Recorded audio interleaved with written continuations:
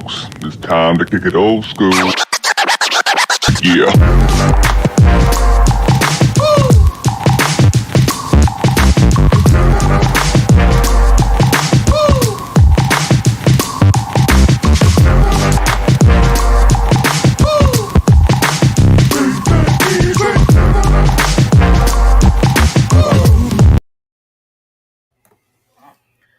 It's Tuesday night. Yeah. That's it. Thanks everybody for tuning in. Have a good night. It's Tuesday night. Welcome to another episode of the Herb and Rodg podcast. Thank you for joining us. Yes. Before we get started, Herb, I can't hear you.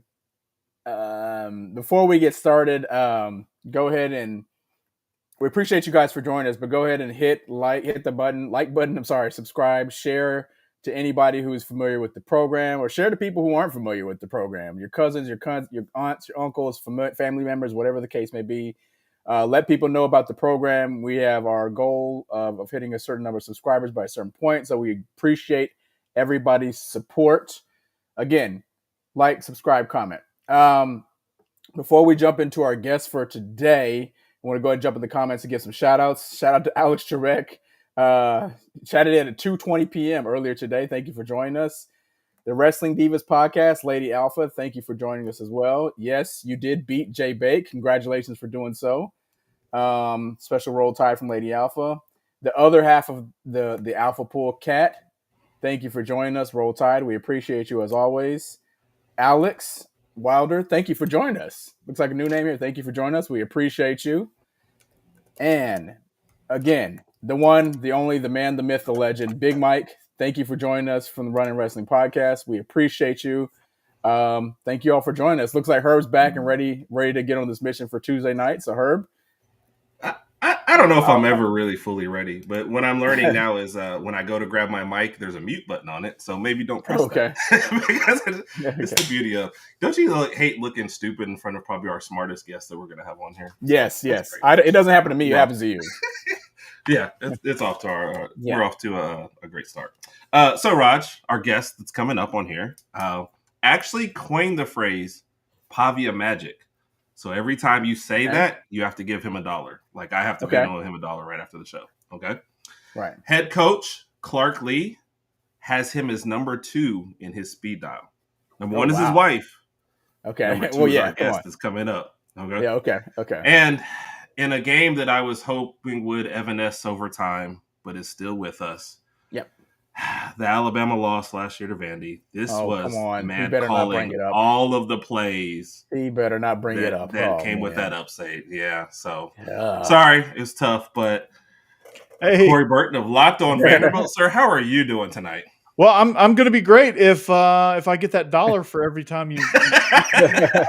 I'll be able to retire early, man. I like that deal, man. But thanks for having me on, guys. And thank you. Man, this is going to be a fun ride. Y'all's intro, by the way, absolutely fire. We appreciate that. Thank you. Yeah, I enjoyed that. Big Mike actually put that one together. Shout out to Big Mike. We appreciate that. Definitely shout out to Big Mike. And I hope I'm number 2 in Clark Lee's speed dial. I don't know that would be, and he's got 3 kids, so that puts you in some lofty standard. No AD, no nothing. It's wife. It's wife, me, and then everybody else. Who cares? Right. I'm with that. I'm with that. I like that idea. Yes, sir. Man, like I was saying a little bit off air, the show I never thought we'd put together. Last year, we just kind of grabbed random teams, and then this year it was like we've got to put certain teams on the schedule. And then, I mean, the trajectory at Vanderbilt is on, and with whatever happened last year, I've already tried to put it out of my mind. But it is a must. The program's on a rise, and this is you're a team that people want to talk about now. Yeah, and I feel like. Oh yeah, sorry. Go ahead, Gort. I was going to say absolutely with Diego Pavia Magic. There's $1. With everything that he brings to the table, with his confidence and his media presence and his play on the field that inevitably backs it up, this is a team that is no doubt on the rise for sure. Yep. Yes, sir. Yep.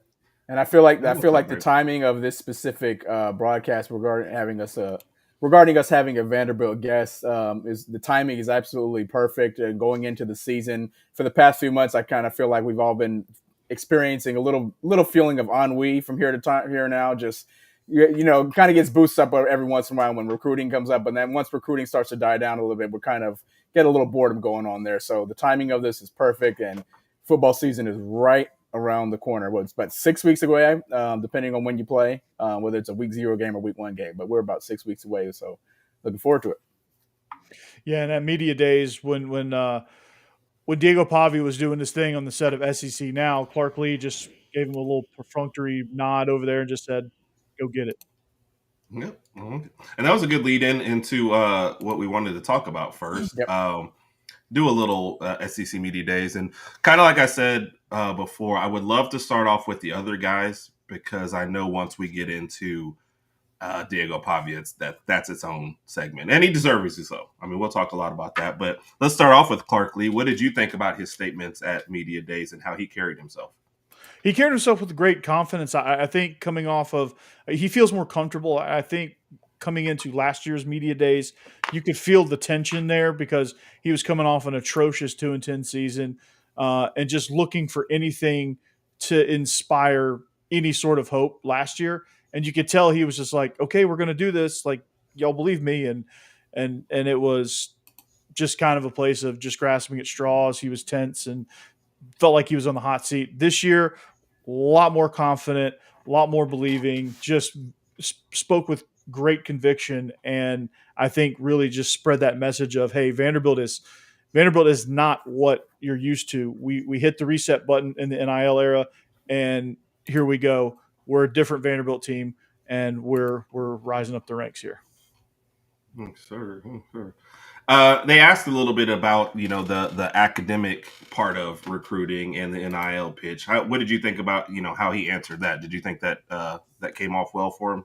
Because recruiting, we know Vanderbilt recruiting is kind of a different beast than what everybody else has to. How do you think Clark Lee has addressed that? He addressed it really well, I thought. And the latest recruit they got, Primus, the big offensive lineman out of Midland, Texas, cited academics as one of the main reasons he chose Vanderbilt over Texas Tech and Washington and I believe Arizona State. And then, of course, the NIL stuff. Vanderbilt is catching up rapidly because they're finally realizing, hey, we can actually buy into this and do this thing. So we can combine that with the opportunities you have academically, and we can put together a nice recruiting pitch. Regarding recruiting just in general, are there certain positions that you're hoping Vandy still targets? Of course, with the hard signs in December, but there are certain positions that you're still hoping that they're catering towards? I think they have. In the offensive defensive lines for sure, they've really hit those positions hard. Running back is a position that doesn't have a ton of depth right now, but they've got two guys. Evan Hampton actually flipped from Louisville to Vandy on the last Monday after their Media Days appearances, and then Isaiah Lee as the other running back. I think that's going to be a great tandem if they can hold on to them for their duration of their time in college. Yeah. And that's the big thing going on in college right now is even when you get those verbal commits in the summer, it's like you still got to wait till December till they sign. And even after they sign, the transfer portal still looming. It's never over. You hope to get a guy for 1, maybe 2 years and see what happens after that. So. Yeah, don't burn a bridge, that's for sure, because there's no telling when that guy's going to get back in the portal and you have a chance at him. And so that's it's very, very important. Yeah. That is very, very true. Sorry, reading the comment there at the bottom. So like I said, Clark Lee, great job over there. Talked about him. The next person, Martell Height, when he got in there, he definitely seemed to keep his answer, I guess, a little shorter, kind of more like, let me get in, I guess, get out. But how do you feel like with his appearance? And just tell us a little bit about him. I thought he did well. I think sometimes with players it's hit or miss based on how comfortable they are with the media and speaking in front of people. But, I mean, that guy's going to be a star. He's going to be playing offense, defense, special teams. He's going to be somebody that's probably not going to come off the field a whole lot. So I thought he handled those questions really well. Thought he praised his teammates extremely well. And I thought he carried himself with a lot of confidence. No, and I got the same from him too. I liked his answers about who he modeled himself off as part of return and stuff like that too. So as well, and then your last player, I feel like I'm always going to mess up his last name, Randa Fontenet. Brandon Fontenet. Brandon Fontenet. Yeah, Fontenet. Yeah, Come on, And Herb. that's my bad for coming in late. Yeah, usually I play all these people's names before I get on here. This is the last. This was one of my bads for sure. Tell us a little bit about him and his appearance in media days. I thought, same as Martel Height, not a ton of fanfare around his appearance, but I thought gave really solid answers, backed up his defense, backed up his teammates, and was like, hey, Martel Height's going to be a special dude. And he talked about his pick six against Alabama, and he talked about that moment in that game. He talked about. All right, show's over. We're going home. Right, Prior to the show, this is great, the man. one thing we didn't want to talk about. No, I'll just. I know. It Go ahead, Corey. hurts. It hurts. Yeah. Well, hey, There you go. Brandon Fontenette talked about it too, but he was, he's going to be a very special player for this team because he's one of those guys that you don't really hear as much. Martel Height actually nicknamed him Rambo because he's a silent killer, is the way he described him. He just doesn't say much, but he just produces. He just gets it done, and so I really like that nickname. I'm going to use that from here on out. He's not Brandon Fontenette anymore to me. He's Rambo, and so I guess he's going to be a force on this defense. He plays that star position, which is kind of that hybrid linebacker safety, primary run support from the secondary, but can also cover as well. He does a lot of things well. Kind of what we wanted out of CJ Taylor last year, but a more athletic version. Okay. And a name that, before we get into Pavia, the name that kept popping up, even though he wasn't brought there. Tell us a little about Eli Stovers and what he's bringing to the table. The guys, everybody just seemed really excited about him, even though he wasn't there. Yeah, Pavia Magic. That's $2. Eli Stowers. He's. I've seen him mock drafted in the first round of a lot of ESPN mock drafts, anywhere from 20 to the end of the first round. The latest one had him going to the Broncos as their joker position, which watch out for how that position is played under Sean Payton because Evan Ingram's going to take that position. So I'm curious to see how they use Evan Ingram in that role. And then I think if they decide to draft Eli Stowers, I think that could be a really good fit for him NFL-wise. But as far as the team goes, this offense goes through Eli Stowers from Diego Pavia, right? He's a guy that can do a lot of things in that flex tight end position. If you watched in the bowl game, he mossed the dude from outside position. He ran a go pattern down the sideline and just absolutely mossed a guy. He can run the inside routes, the crossing routes. He was the shuttle option guy in the shuttle option. There was a few situations formationally where they put him as the pitch guy in the triple option. So like would you say he's a Swiss Army knife? He truly is a Swiss Army knife. Yeah.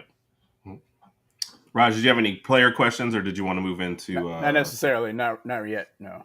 Okay. So you can't go through any discussion of who was at, SC Media Days or Vanderbilt in general without talking about Diego Pavia and what he's brought to the table. I mean, you just mentioned him on your show. Was it a couple days ago? I mean, the man was a star at Media Days. So just tell us first off, I guess, just about his appearance. Because I guess one of the things you said is this is unheard of for a Vanderbilt player to get the pub and the press that he was getting there. Yeah. So, and look, I'll give you another $1. There you go. $3. I like it. I'm getting rich. I can almost buy me a combo meal at Chick-fil-A. So here we go. A few more times I got me a combo meal at Chick-fil-A. So, so Diego Pavia, the star power that he has just with his appearances, I mean, the attention he attracts when he walks into a room, it's electric, right? He walks in, everybody swarms. He was probably, you had Arch Manning where people left Steve Sarkisian to go see Arch Manning. I don't know if it was quite to that level, but it was pretty dang close. And everybody wanted to hear what he was going to say next because he's a WWE promo guy, right? He's going to cut a promo. He did it on Bussin' with the Boys. He did it on a lesser extent on the set of SEC Now. He kept showing off his jacket with the V on the inside, but he just has a lot of confidence. He believes in this team, and he's not somebody that goes through and just says all that stuff just to say it, just to, hey, I need to say this because it's going to make my team feel good. He actually believes it, and he keeps talking about Vandy's going to win the national championship. That's our goal. Our goal is national champions. And he keeps saying that every time he gets a chance to. He goes to that. He said 7-6 was great. We have national championship college football playoff aspirations. We've got the talent to do it. That's what he keeps believing in, and I think it's very contagious. Yeah. And it's funny when we talk about that, them being 7-6 and aspirations. But I think something Clark Lee said, they were just as close to 10-2 as a 2-10, just a couple different bouts of the ball one way or another, and you could actually be talking about Vandy in the playoff, which is unheard of. Yeah, it's insane. Like, let's say you don't do the unthinkable and lose to Georgia State. That was completely unacceptable, and everyone. I still don't get what happened there. Like, I will never understand that with the season that they had. I'll tell you what happened. They sleptwalk, and then they just never woke up. The same thing that happened to Nick Saban against Louisiana Monroe his first year, right? You know how they sleptwalk through that game, and they just could never recover, and they just could never wake up. Yeah, that's the same thing that happened there. They just couldn't get anything going, no rhythm, nothing. And then they had the game won. They were going to get out of there with a ugly, thank God we won type game, and then they gave up a bomb at the end of the game. So the unthinkable happened there. You lose if you don't doink the field goal in double overtime. I think you win that game because Missouri had hit their best shot. With the Luther Burton touchdown in the first overtime, like that was their best shot, and Vanderbilt had that game. They could have won that game. I think Texas, you take them down to the wire. There's a couple turnovers there. If you don't make those, you have a chance of winning that. That was a 3-point game. That's 9 right there. And then I don't think there's any other games that were in question there that were losses that could have been wins, but because South Carolina thumped us, and then LSU.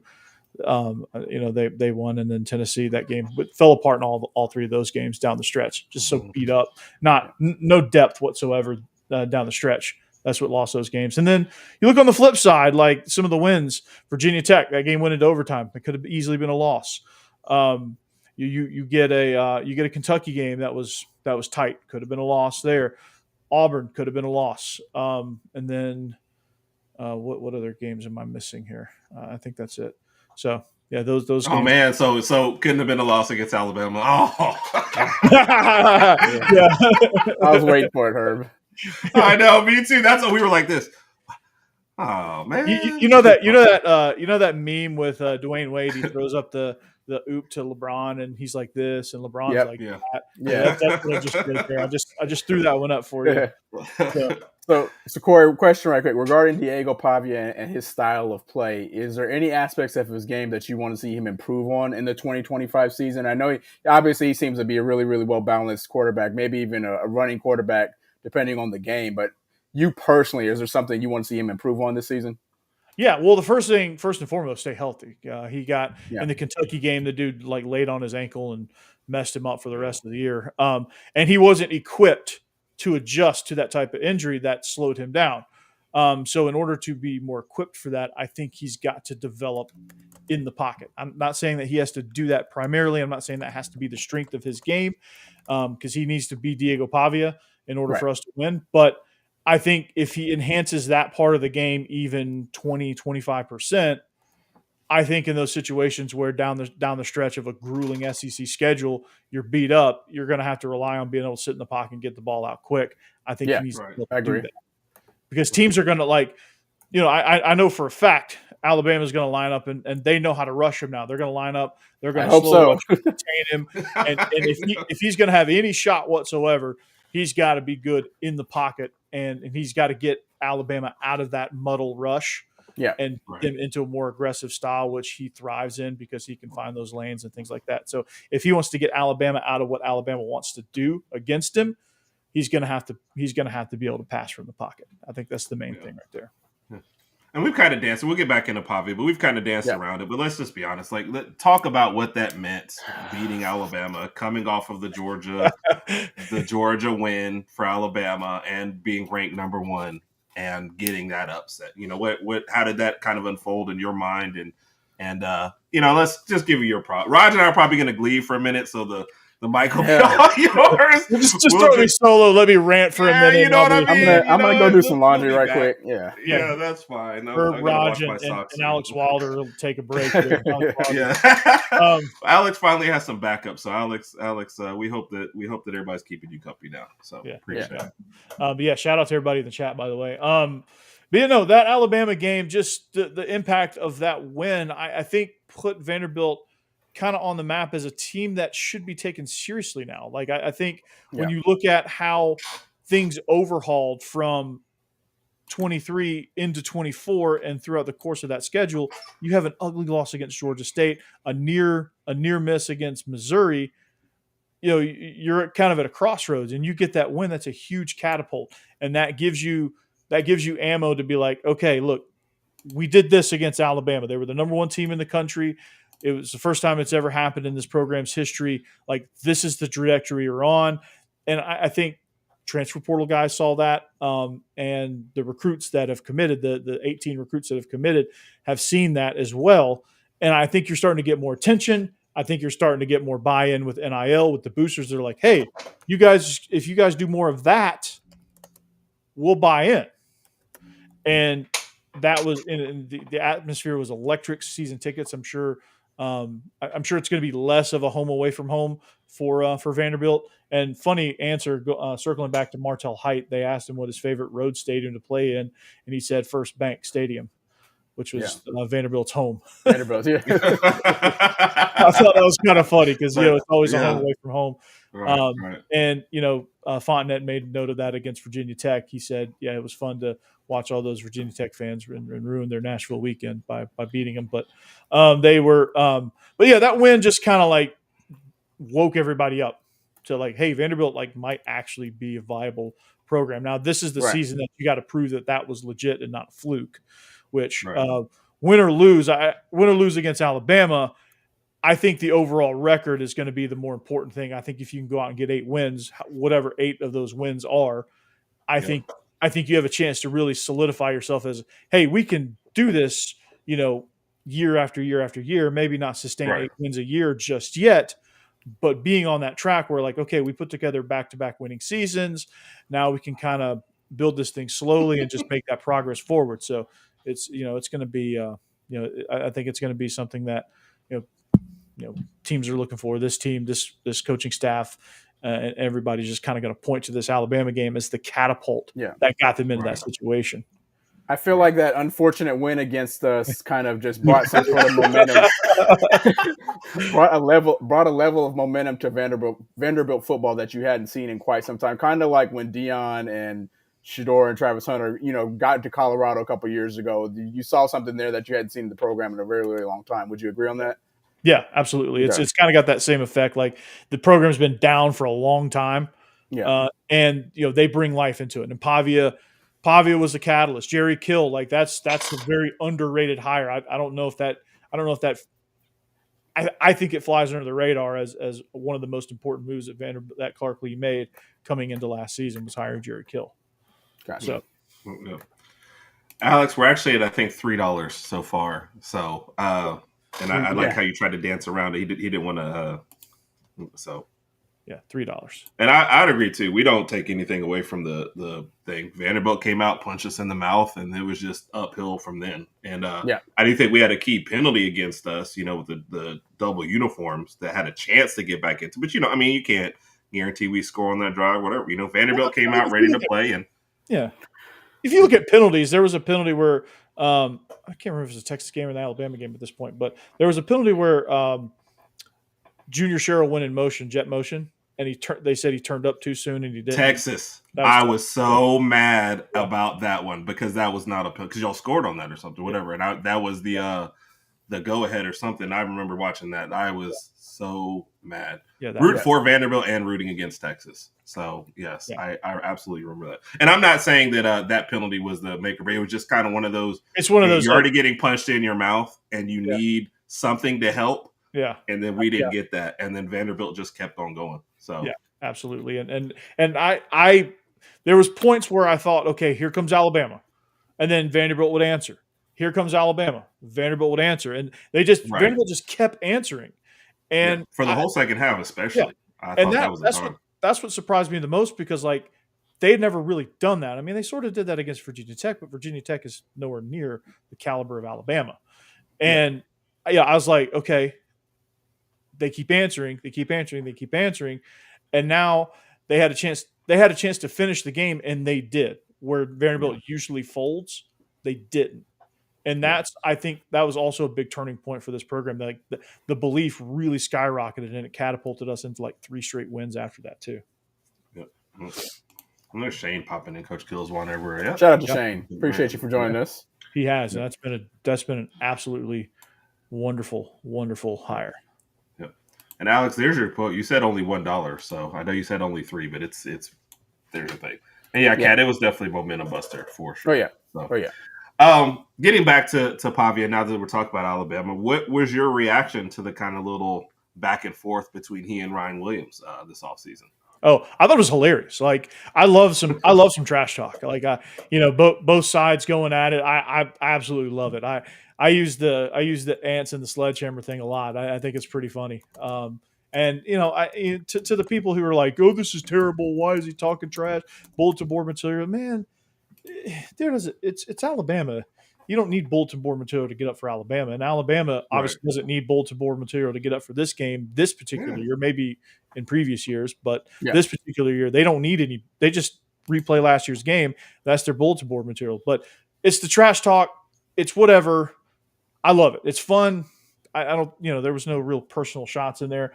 I just think it was like what got me was like I was kind of surprised that he even addressed it, because like Gruden made note of that. He was like, "Oh, Vanderbilt got you. What's going on here?" And then he goes, "Yeah, we got some for them. They're going to be the ant. We're gonna kill the ant with a sledgehammer." And I was like, "Dang, he actually responded to that. Okay, so Vanderbilt's on the map now." Hey, we're in new territory here, so hey, I'm with it. Yeah, but I'm not surprised if there was ever going to be a player that said something like that. It was going to be Hollywood. And then, of course, Alabama fans were like, "Oh, can you believe Pavia went back?" Was he not supposed to say something? Yeah, that's what I said. I was like, "It's summertime. It's the middle. It's the off season. This also makes good for engagement." I spoke of that several times. It makes good for engagement. We all go on social media, go crazy about it, but it's just friendly. It's funny banner. It is. That's all it is. It's funny banner. I guarantee they'll probably see each other pregame warm up and like, give that perfunctory nod, like, "Hey, I see you," right? Right. Yeah. And for Alabama fans that didn't think Pavia wasn't going to respond. Yeah, right. Yeah. You knew exactly what was about to happen. Yeah. Yeah.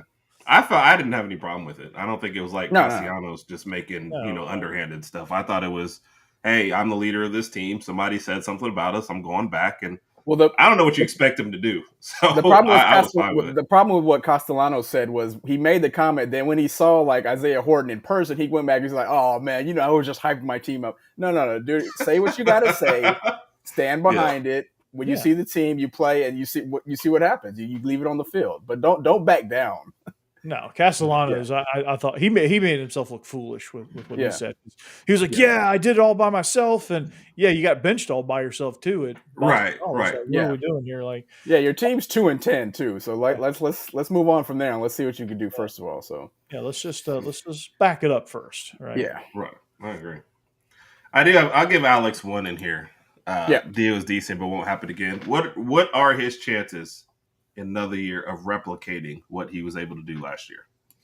Well, I think just him evolving too, like him knowing SEC defense is better. Like I don't think people are accounting for that. Yeah, of course, defenses are going to know him better, but as he evolves his game, it's going to be kind of that ongoing chess match. Like the offensive coordinator is going to evolve the offense with pre-snap motions and things like that, and how it's presented.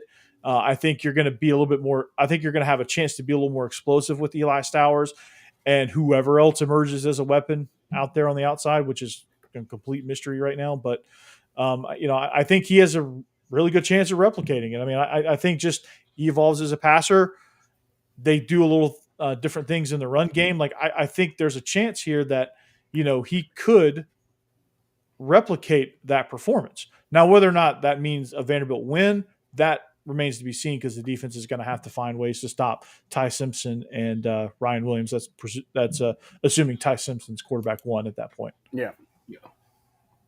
I guess we're still kind of hoping too that he is at that point. So We and you did were mention hoping this. so, but yeah, we're hoping so. But I think once August 30th comes, we'll know who QB1 is. And right now, we're under the impression that it is Ty. So Yeah. Yeah. I mean, what do y'all think about that? Is that something y'all are excited about, or are y'all in the Keelan Russell camp, or what? Like, how do Alabama fans feel about that quarterback race?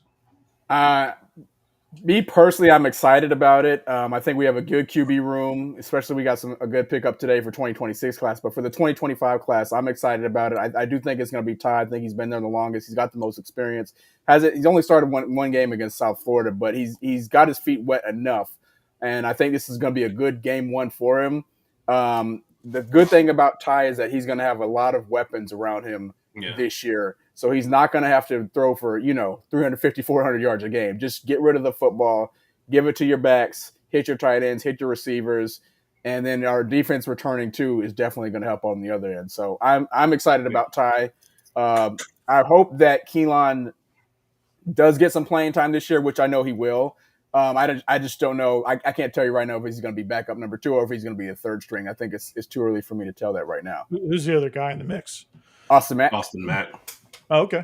What's okay? So that quarterback room is far from settled. So that's that'll be interesting. I think that the thing for us is the quarterback will be more balanced this year, and the offense will be more balanced than what we had last year. You just saw too many games where if you take away the running, we were done.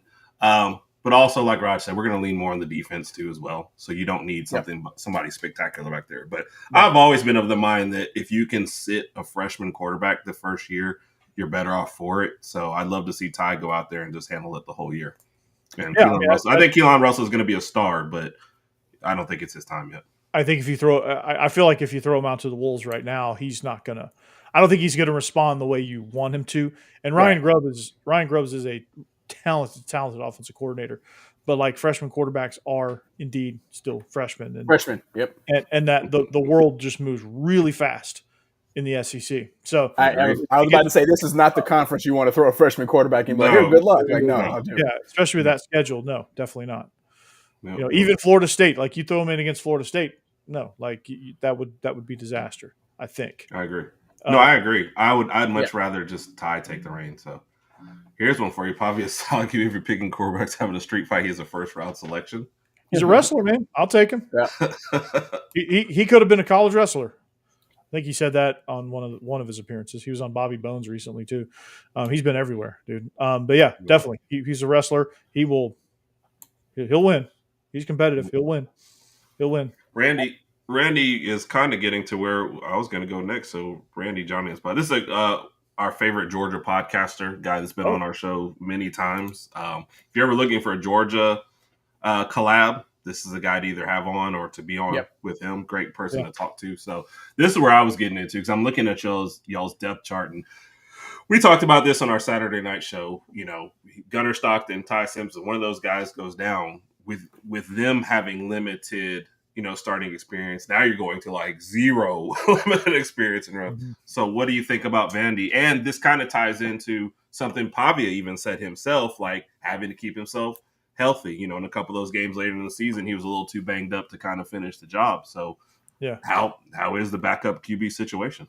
Well, I think it's a lot better than it was last year. I think the Nate Johnson experience last year, I think they meant well with that, but he just never grasped and picked up the offense quite like they wanted to, and they didn't trust him. So Pavia probably played a couple of games where he probably shouldn't have.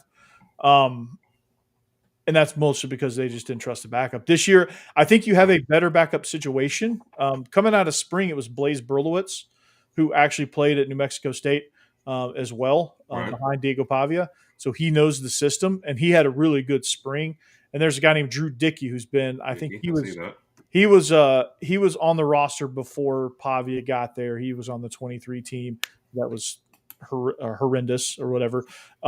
He's somebody, he made a really big push. I thought he was just going to be just kind of there and then transfer out after spring. He didn't. I still think he's going to grad transfer if he doesn't win the backup job.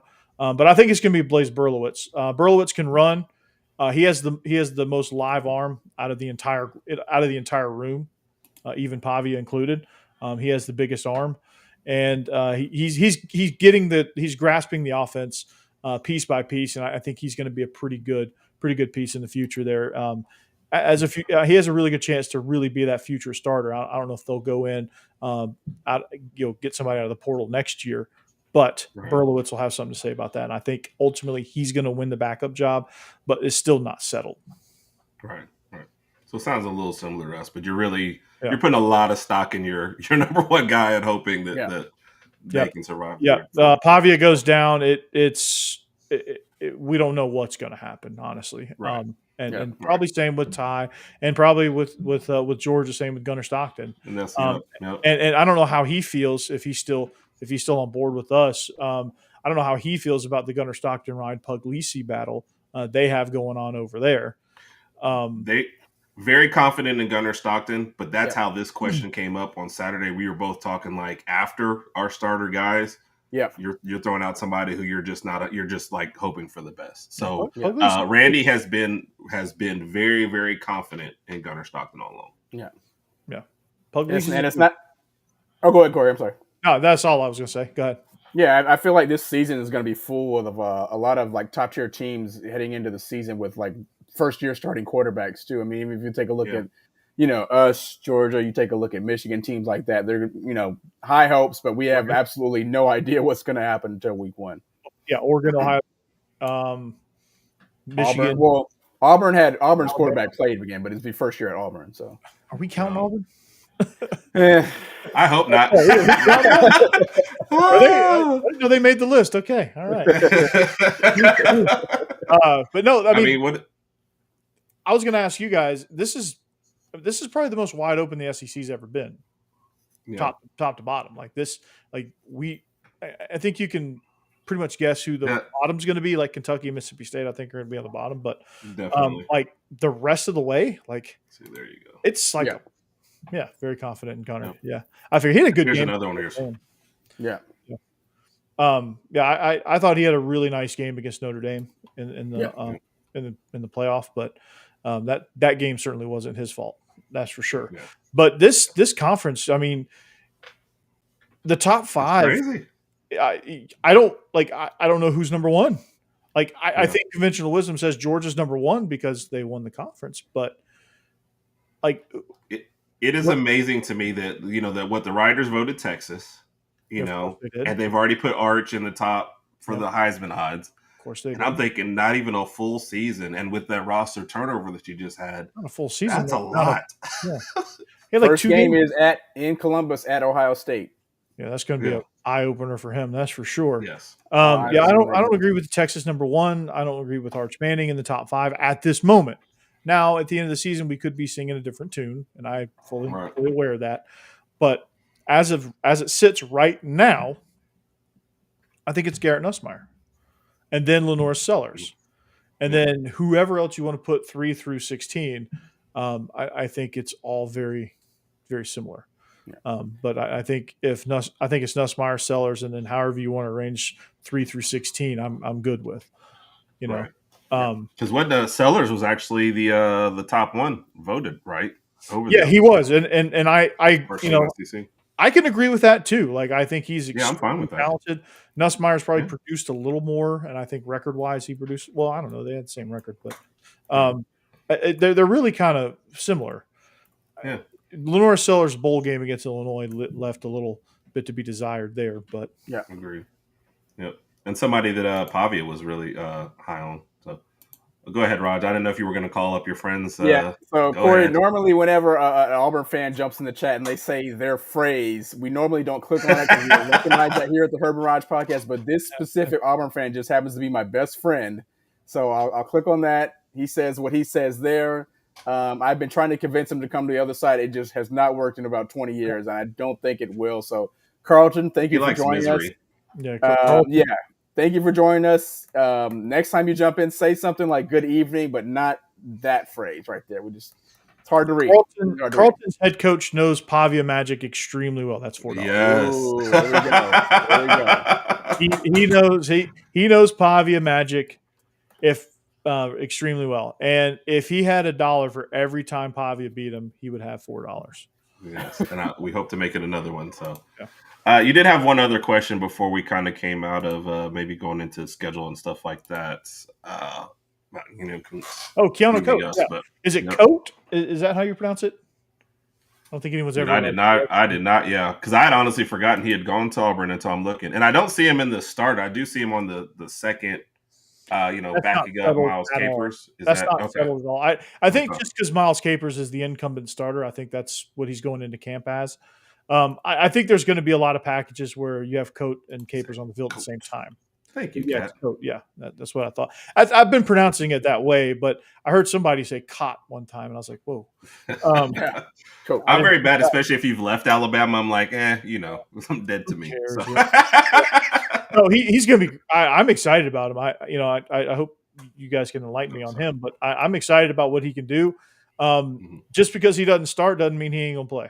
I don't think at that edge position, I don't think it matters who starts, because I think you're going to see, like I said moments ago, you're going to see packages where both of those guys are on the field at the same time.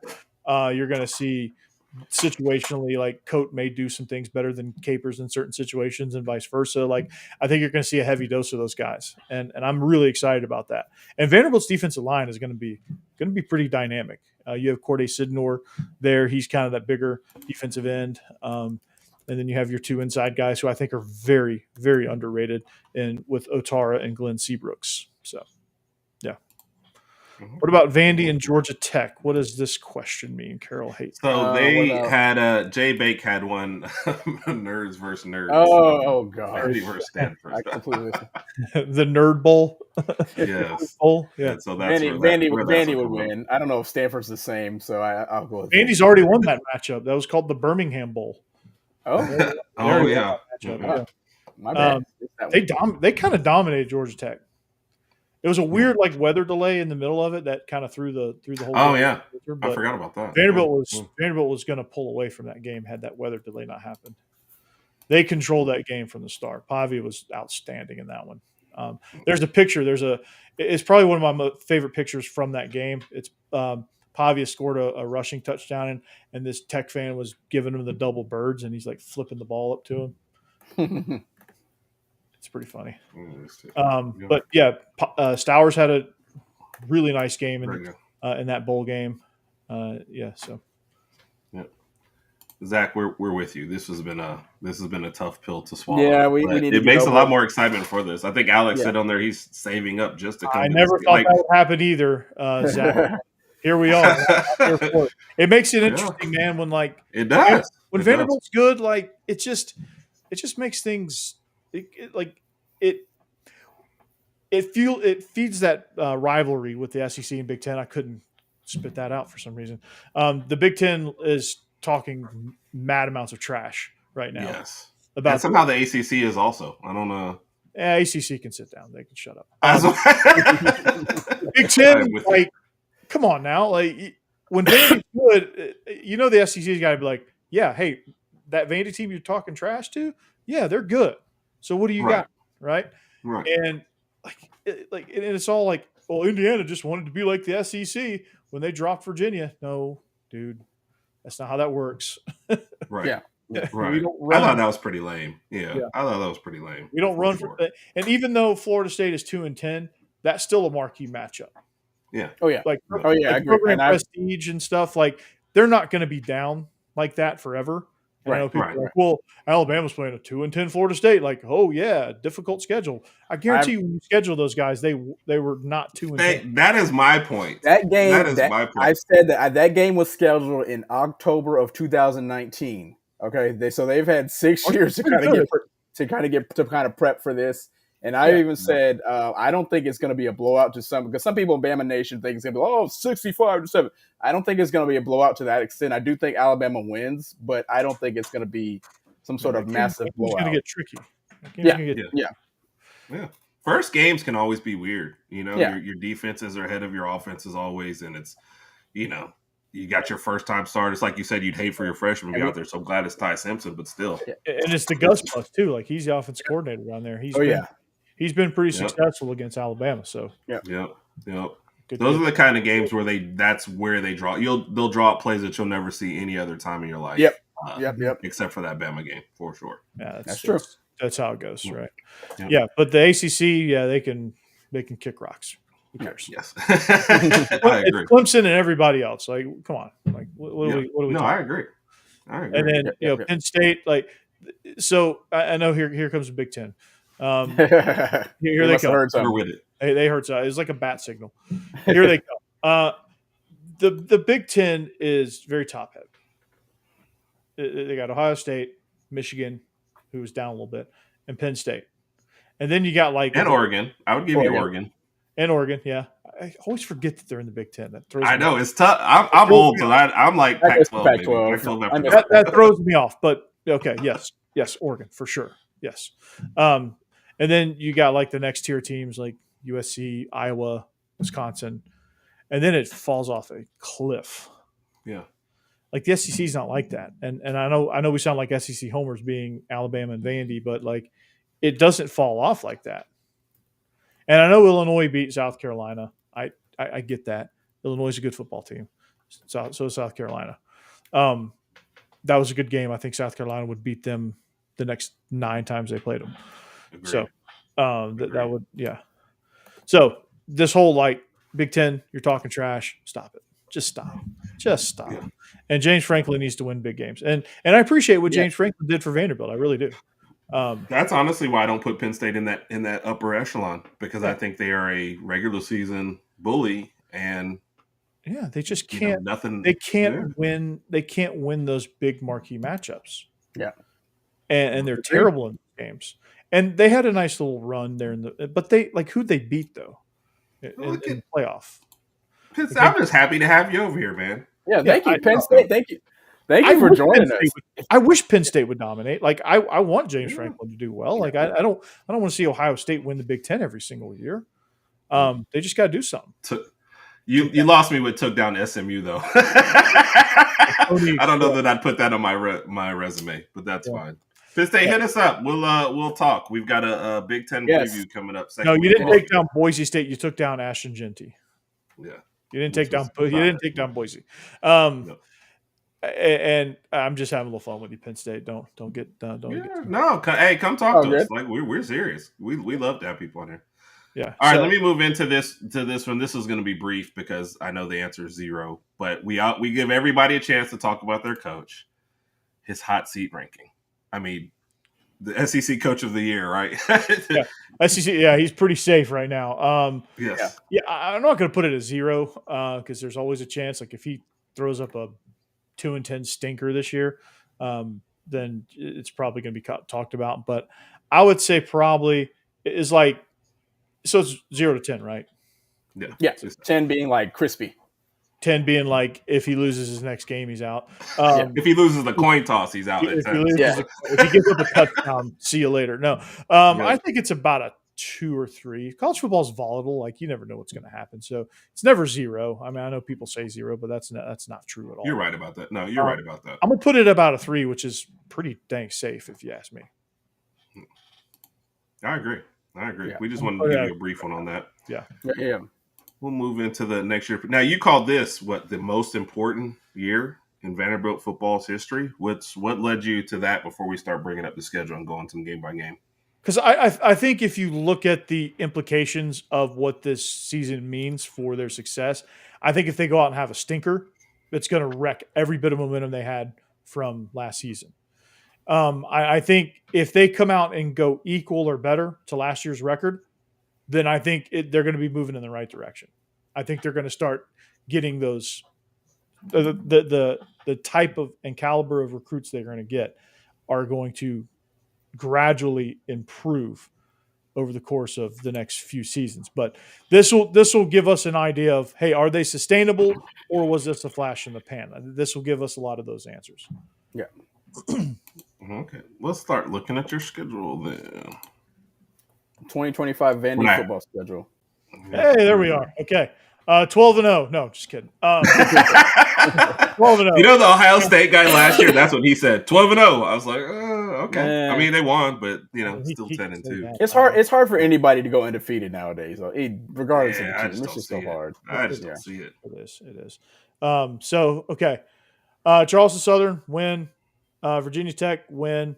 I called it on my show a few weeks ago. South Carolina, I'm calling the upset there. Yeah. And you said Pavia, that's a game Pavia's like really looking forward to matching up with Circle Sellers. So yeah, and surprisingly so. I thought he'd circle the Alabama game. Yeah. To be like 2 in a row, but South Carolina's the one he wants. It's the streak. South Carolina's a little bit vulnerable at this moment. A little bit more vulnerable than they were last year. They struggled at the early part of the season, so I think getting them at this point, they have a chance to catch them. Georgia State, I'm hoping that's a 70 burger. Utah State, Bronco Mendenhall, I think that'll be a little bit more uncomfortable win because Utah State's going to be well coached, but that'll be a game where I think we're looking ahead to Alabama. Alabama, at Alabama, that's a tough place to win. I put that one down in my predictions as a loss because I think it's a tough place to win at. I think Alabama's going to be much improved, and they're going to be well focused on this game. The revenge factor is going to be big in this one. It's going to be every bit as competitive as last year's game, but I think the result, honestly, if I'm being honest with myself, is going to be flipped. Even though I'd like to say 12-0 here, but I got to be. Can you talk real quick though? 5-0 going to Alabama though. That's, I mean, with all the storylines from last year, that's going to be a pretty good game. Yeah, I mean, I think you're 5-0 going into Alabama. I think that's going to be, I think you're in good shape. But I mean, that's really just 2 major wins there with Virginia Tech and South Carolina on the road. I think if you can get those 2 wins, that's going to set you up quite nicely to give yourself a really good chance at Alabama. Yeah. I think also if you win Virginia Tech and South Carolina, Georgia State would usually be a letdown except for what happened last year. So now you're that's definitely not going to be a letdown because of what happened last year. And Utah State would be the one I'd be afraid of being a letdown because it's You've never played them. You're probably exhausted at that point. But this year's team is a lot different. It's probably the most loaded they've been since James Franklin was there. Actually, LSU. If they didn't have Garrett Nussmeier coming back, and if they didn't build what they built out of the portal, I would say, hey, give me that upset. It's going to be an 11 o'clock kick at Vandy, which that's a weird environment. So there's a chance here. It's going to be competitive, but ultimately I think LSU gets the best of us. Missouri, I think, is going to be a win. Texas at Texas. Take the win, baby. Take the win. Come on, Corey. Horns down. Auburn win. Kentucky win. Tennessee. I'm on the fence about that one because they could be. That's a weird one. That's a weird one. They could be They could be either in the tank or flying high in this one because I don't know what their quarterback situation's like. They didn't really do a whole lot in the portal. They basically just traded. They just traded. Yeah. The Tennessee, I'll say this, the Tennessee guy that we had on was very confident in their situation, and the guy they got from UCLA, but he's good, but is that what you need? I think he was happier that they were finished and they wiped their hands with the Nico situation, and then he was remaining optimistic about that, to be honest with you. I mean, I think Heupel's a good quarterback developer, but he is. Like what I've heard about this Aguilar guy, Joey Aguilar, is he's boom or bust. He's either going to make the best pass you've ever seen in your life, or he's going to throw 10 picks. It's like there's not much in between.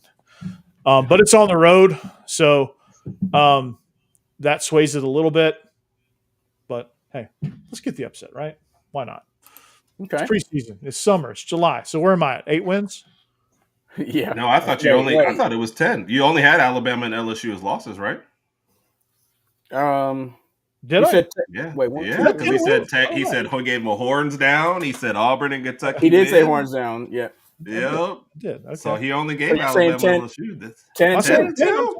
Hey, we were that close. I feel like I was the only one. I was the only one taking notes. No, I lost count, dude. I was like, "Whoa, yeah, yeah, horns down, yeah." I think 10-2. I think the absolute floor is 6 wins, and obviously the ceiling is 10. I think it's 6-10, somewhere in that range. For Vanderbilt. This is a different team. I know people are rolling their eyes. I can hear the chat rolling their eyes right now. But I think this is a different Vanderbilt team. I really do. Yeah. And J-Bait, come on, man. I'll take the second half of that. What you just said, J Bake. Yeah, 1-11. Yeah, we're not losing Charleston Southern. No. Jay Bake's kind of our troublemaker in the group. Yeah. Like, so he'll cause trouble, then he'll buy you a beer after the game too. So Yeah. he's a good guy. Jay Bake's my guy. I like Jay Bake. Yeah, exactly. I don't know him. I don't know Jay Bake, but I like him. Yep. So what? Charleston Southern, Virginia Tech, Georgia State, UK, and Tennessee. That's interesting. I'll be rooting hard against Auburn anyway. Yeah, I don't. And Mizzou too. I'm not high on Mizzou either. I'm not high on Mizzou, and Mizzou was way better last year and should have beat them. Yeah. Should have never won. Truthfully, yeah. Now the LSU, Mizzou, Texas, Auburn. I guess that's for tough, but you get a bye before that, right after the Alabama game, so you get a chance to reset and kind of see what's going on. So that's a tough stretch there. That's a tough stretch, but I think if you can get some momentum. I think if you give LSU a run, I don't even think you have to beat LSU. I think if you give LSU a run and you beat Missouri, that's going to set you up for a Texas team that I just don't know where they're going to be at. Yeah. They're a team that, obviously they're Texas and, they spend a lot of money and they've got some talented dudes, but we just don't know. Yeah. Just don't know. And Randy asked this. I didn't realize this. 16-game win streak. 16 games. Yeah. Yeah, they're going to snap it this year, though. But it's 16 games. Yep. But I guess Lenora Sellers, that's definitely going to be a heck of a game. That's going to be tough.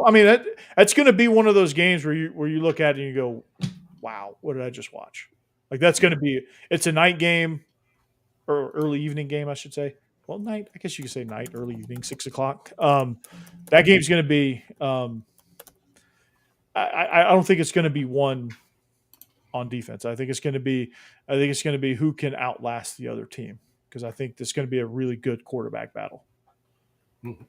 Agreed. Alice, I'm remember if they come in 5-0, Corey's going to come back and we're gonna talk, and you have to be there. Like we're requesting you. Yeah, if we're 5-0. I hope they are. To be honest, I hope they are. I think which is a really good chance. Yeah. Okay, pull up the schedule again. So Virginia Tech, what do they have? They lost a ton of people, either to the draft or the transfer portal. We got one of their receivers, actually. Vanderbilt got one of their receivers. I don't know what they have. They weren't phenomenal last year. They were 6-6 last year, and they lost a lot. I don't remember seeing them get a ton out of the portal. Somebody wrong. I haven't really dove into that yet, but I just don't see that as much of a challenging game as a lot of people do. South Carolina is obviously the tough one, but Georgia State, Utah State, I just think it's a tailor-made game to go absolute worst case 4-1 there. Yeah, you better go 4-1, or you better go 5-0, 4-1 at the worst. Yeah, in that stretch. I agree. South Carolina, I think, is your only tough one. So yeah, I think you've got the others. Yeah, I think we'll see in the Charleston Southern game, like just how's this team going to come out? How are they going to come out blazing on fire? If they put up a 70 piece on Charleston Southern, we know this team's for real. Yeah. Like that, because that's what you're supposed to do, right? Right. You're supposed to go out and throw up a 70 burger on Charleston Southern, who was 1-11. Right? You're supposed to do that. At Virginia Tech, that's a primer. Like that's a tough environment. They get behind their team no matter what. Their team's just not very good. But that's going to prepare you for South Carolina. If you can go up and win it at Virginia Tech, that's going to prepare you for South Carolina. And Vanderbilt should be okay with tough road environments. Hell, every home game they play against major opponents is a tough road game. So. Right. No, I think they'll be prepared. Like I said, the going to South Carolina, that's to me the tough one in that early schedule because when we look at our schedule, that's what we look at: going to Georgia, going to South Carolina, and going to Auburn to end the year. So.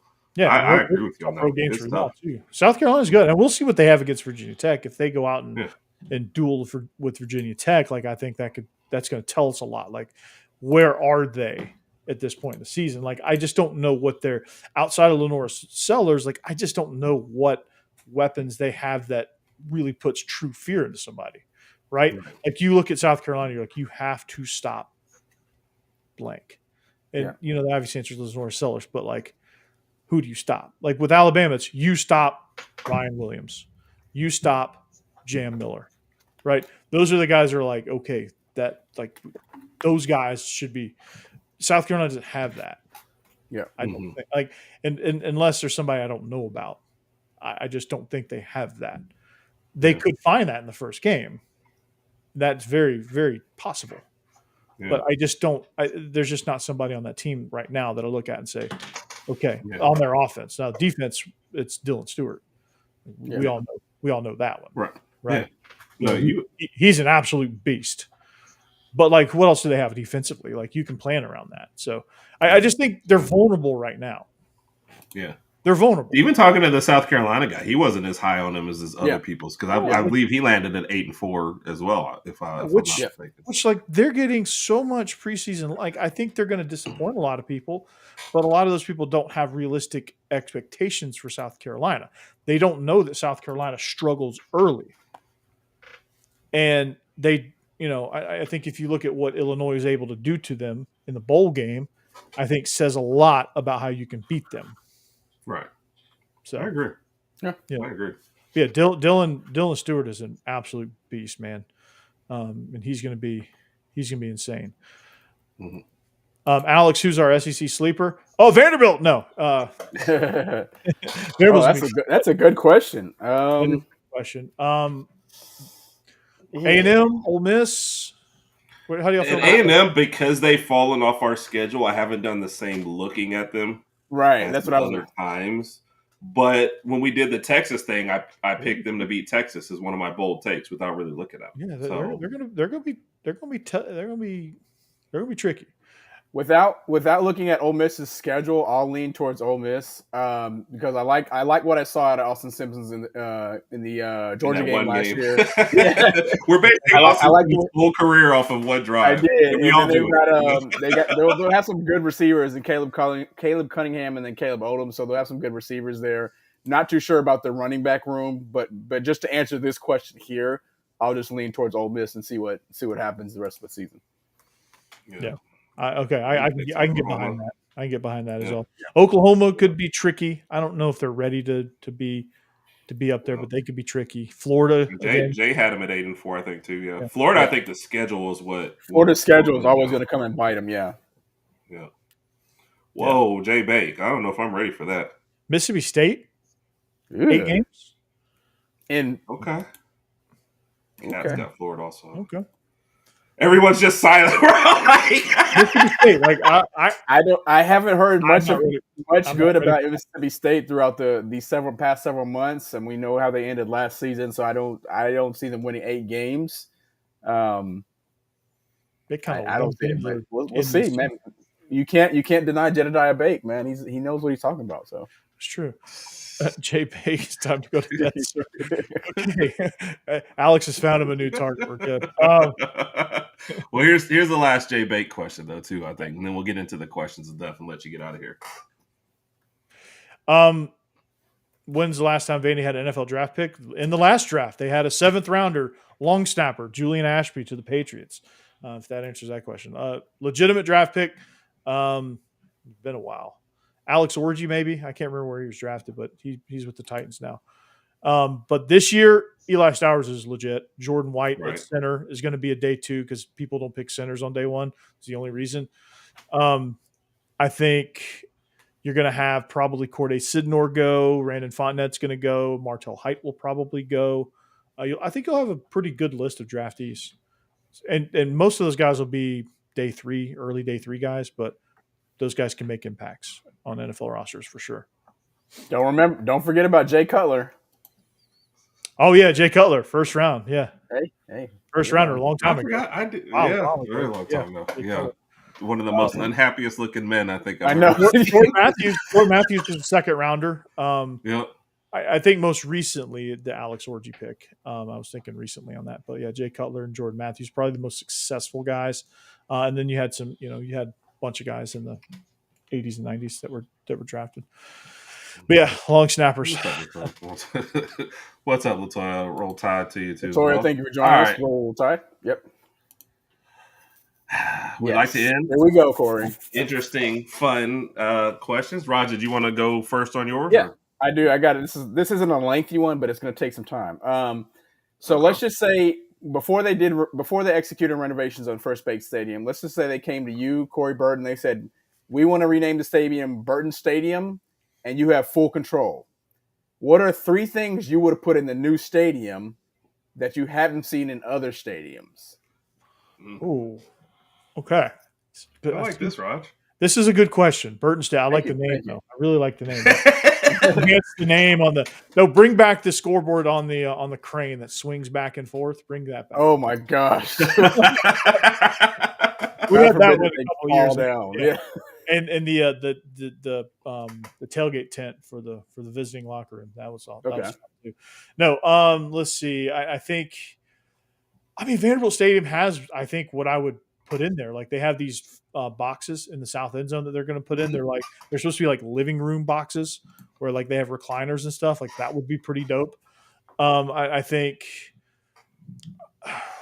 honestly, I don't think there's much else like that can be done with stadiums. Honestly, yeah, wider concourses, better food options. Obviously, I think a lot of people would say. I think you. I mean, I think what's going in the south end zone, honestly, is the best option. Yeah, no, I'm thinking chocolate fountain with a statue of me in the middle. But they probably have that. They probably. I don't know about the statue of you, but they probably have a chocolate. A whiskey fountain. There. No, not whiskey. No, I'm trying to think of what Vanderbilt people would do. Probably a wine fountain. Gotcha. Yeah, it does sound. A whiskey fountain. You might have too many people like sleep in the concourse. So yeah. The whiskey fountain is definitely an Alabama thing. I'd be all for that though. I'd be all for a little bourbon fountain, a little whiskey fountain. Sponsored by Jack Daniels, of course. Yep. If my calculations are correct. Oh my goodness. All right. We like to play a little game we call Work, Play, Live, Ditch. Okay. We're gonna give you 4 names. Ditch. Yep. We're gonna give you 4 names. 4 names. Okay.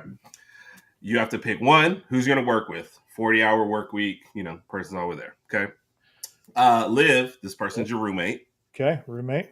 Play, this person calls you up. You guys are heading out Friday night to go party. Okay. Ditch, this person calls you up. You send them the voicemail. Okay. All right. I was going to go Vanderbilt coaches, but I couldn't find a 4th one I really like, so I might save that for another time. So we're going to go with coaching edition. We're going to give you Clark Lee. Okay. Steve Sarkisian. Okay. Kalen DeBoer. Yep, and Kirby Smart. Okay. Work, play, live, ditch. Work, play, live, ditch. So Clark Lee, Kalen DeBoer, Steve Sarkisian. So, oh God, that's a good list. Hold on. Okay.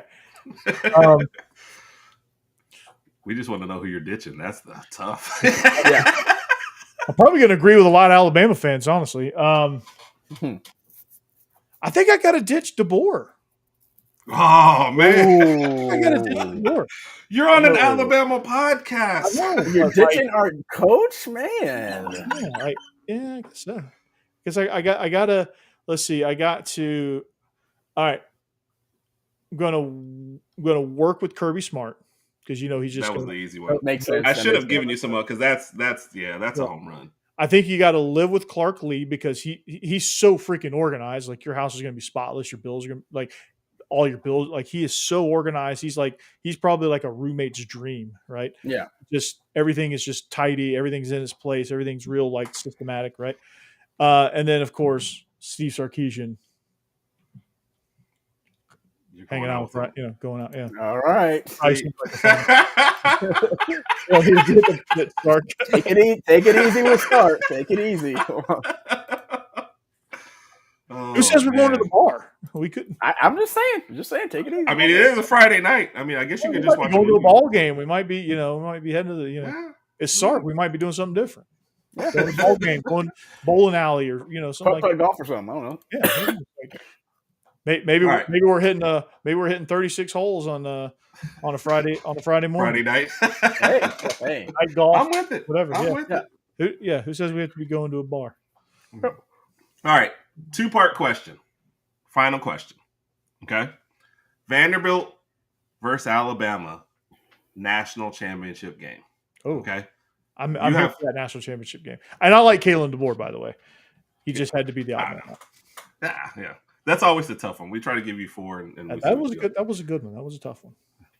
All right, you have 2 seats. You're sitting at the 50-yard line. Okay, you're contractually obligated to be there, so there's no getting out of it, and you're going to get to pick your partner. But first question is, Pavia's got you there, right? He's a little banged up going into the game. Mm-hmm.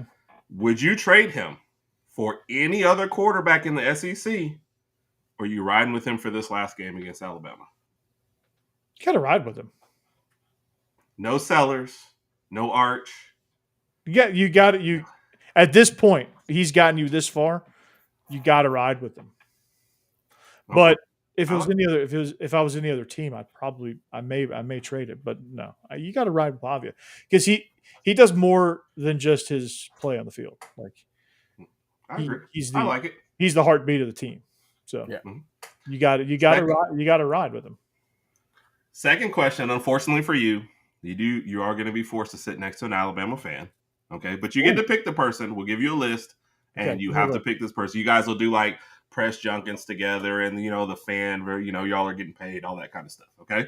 Your list is Herb or Rodg. Ooh.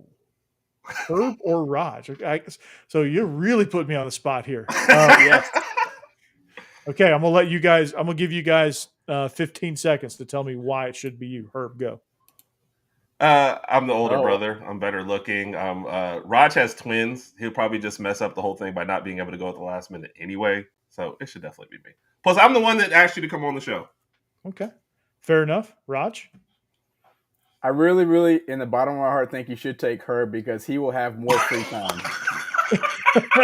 Okay, Herb, it is. What in the world? What? Herb, it is. You know what? A cheap victory is still a victory. I gave you the Dwayne Wade, Herb. I gave you the Dwayne Wade. Oh man! Okay. All right, honorable mention for the chat. Who would want to join me in the on the 50-yard line out of the chat? Raise your hand. Oh, shoot! Who do you I think? would say Jay Who do you think would Jay say Bake. Jay Bake? Jay Yeah. Bake. Cat. I call it.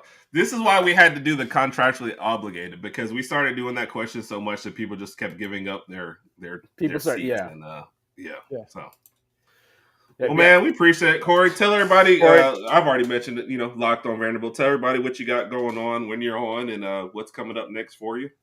Well, I'm on every day. It's the Locked On motto: your team every day. I'm on 5 days a week.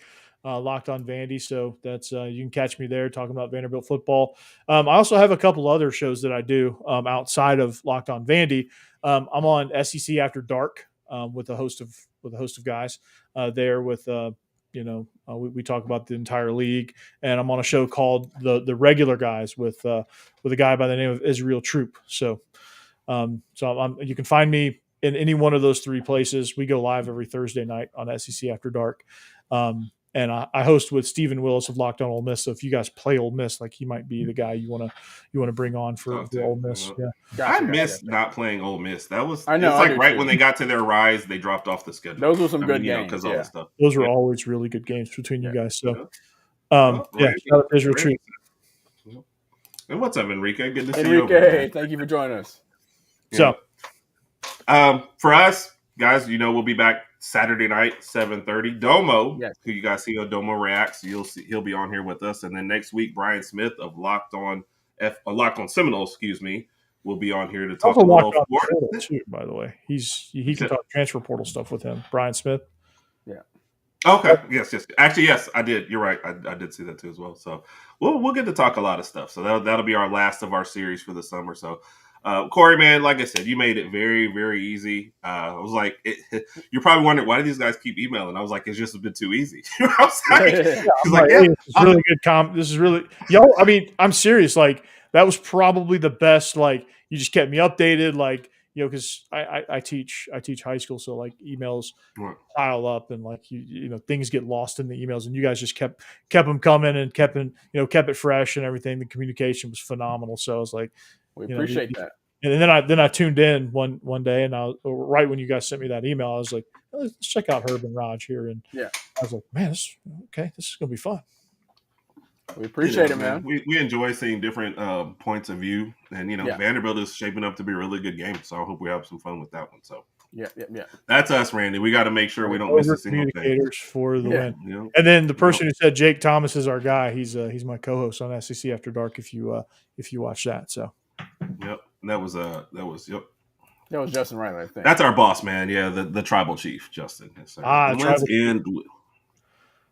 So he said, "You get thanks a lot, Kat. It may have been, but we just wanted to make sure that we were all good." So, win with a J Bait comment, wishing the best. Yeah, man, Corey, it was a great show. We appreciate it, man. Looking forward to it. We'll catch up with you down the line. Yeah, Everybody else, hopefully we see you this Saturday at 7:30, and then next week. Have a wonderful night, and as always, roll Tide. Roll Tide.